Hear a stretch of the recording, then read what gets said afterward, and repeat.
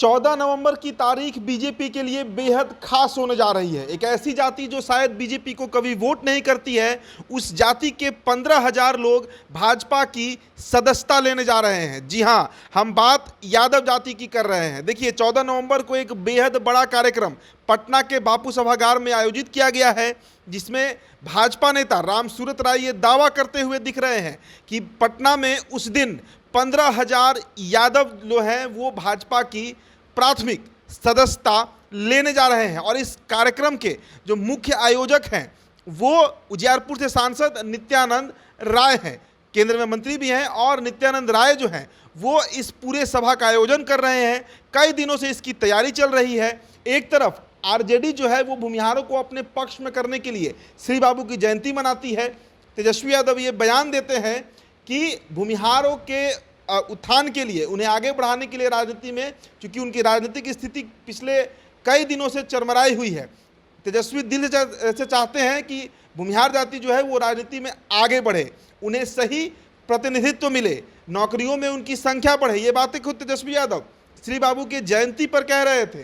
तो एक तरफ बीजेपी जो है वो अब यादवों में सेंधमारी के लिए, यादव वोट बैंक को अपनी तरफ करने के लिए ये एक बड़ा कार्यक्रम आयोजित करने जा रही है। देखिए, बिहार में जब से जाति जनगणना की रिपोर्ट आई है तब से जातीय राजनीति जो है वो अब चरम पे दिख रहा है। इसके सबसे बड़ा उदाहरण बिहार विधानसभा का शीतकालीन सत्र रहा, जिसमें आरक्षण के दायरे को बढ़ाते हुए करीब करीब 74% आरक्षण का बिल जो है, वो विधेयक जो है वो बिना किसी रुकावट के पास करा लिया गया। बीजेपी भी मौन रही, इस पर कुछ नहीं बोली और इस बिल के समर्थन में वोटिंग किया गया। ये सबसे पहला प्रमाण है। दूसरी बात, भूमिहार जाति जो अछूती रही है राष्ट्रीय जनता दल के लिए, उस पर अब लगातार तेजस्वी प्रसाद यादव की नज़र बनी हुई। आपको याद होगा कि पिछले साल भी जो राष्ट्रीय जनजन पार्टी है, भूमिहारों की पार्टी है, आशुतोष उसके नेता हैं, उनके साथ भी पटना के बाबू सभागार में मंच साझा तेजस्वी यादव ने किया था और चूड़ा दही की बात की गई थी। इसके बाद एक और प्रकरण सामने आया जब श्री बाबू की जयंती पर तेजस्वी यादव ने भूमिहारों को अपने पक्ष में करने के लिए, गोलबंद करने के लिए यहाँ तक बयान दे दिया कि वे भूमिहारों के सच्चे हितैषी हैं। उसके बाद पटना के सदाकत आश्रम में श्री बाबू की जयंती कांग्रेस मना रही थी, जिसके उद्घाटनकर्ता और मुख्य नेता लालू प्रसाद यादव बने। और अब बीजेपी की तरफ से यादवों को अपने पक्ष में करने के लिए ये एक बड़ा कार्यक्रम जो है वो आयोजित किया जा रहा है। ग्राउंड की बात करें तो बीजेपी के कई ऐसे कार्यकर्ता हैं जो ये बात बता रहे हैं कि जिला स्तर पर इसकी तैयारी पुरजोर चल रही है। बस से लेकर तमाम वाहन की सुविधा उपलब्ध रहेगी जो यादव की जाति के लोग होंगे अगर वो पटना आना चाहें उस दिन, और भाजपा की सदस्यता लेना चाहे। देखिए, जाति जनगणना के बाद एक बात स्पष्ट हो गया है कि बिहार की जो सबसे बड़ी आबादी वाली जाति है वो यादव जाति है।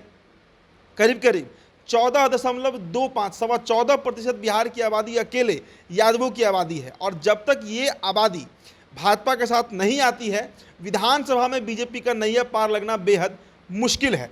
आप किसी भी विधानसभा में चले जाइएगा तो वहाँ पर 15 से 25 हज़ार वोट यादवों का होता ही होता है, कम से कम। कई ऐसे विधानसभा हैं जहाँ पर यादव हार या जीत का निर्णायक फैसला करते हैं।